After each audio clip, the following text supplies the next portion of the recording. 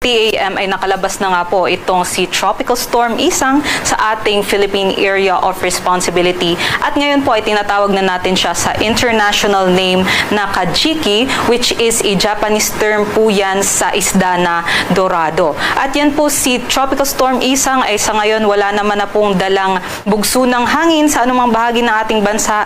Ngunit yung extension po nito o yung trough ng itong kaulapan nitong si Tropical Storm Isang ay patuloy pa rin po magdadala ng maulap na panahon sa may Ilocos region, pati na rin po sa may Abra at sa Benguet. Samantala, yung binabantayan nga po natin na low pressure area sa silangan po ng Mindanao ngayon ay may high chance na po na mag-develop bilang isang bagyo. At kung maging bagyo man ay tatawagin natin to sa pangalang Jacinto.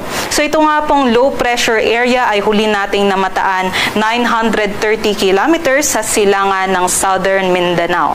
Ngayon po, kahit hindi po ito maging bagyo sa loob ng 24 hours, ay asahan natin na malalakas na pag-ulan ang kaya nitong dalhin dito sa may eastern section ng Mindanao. Particular na po sa may Caraga, pati na rin dito sa may Davao region at sa may Sarangani. At hindi lang po yan, pati na rin po sa may eastern Visayas, yung trough po niya ay makakaapekto na dyan dito sa may Bohol, pati na rin sa Eastern Samar, sa Leyte at sa Southern Leyte. Kaya't mag-ingat po tayo sa posibilidad po ng landslides at flash floods na posible po ngayong gabi o bukas po ng umaga dito po sa may area ng Eastern Visayas at sa Mindanao. Samantala, ito naman pong southwest monsoon na atin pong binabantayan ay patuloy pa rin pong umiiral at magdadala ng makulimlim na panahon na may kalat-kalat na pag-ulan, pagkulog at pagkidlat dito po sa may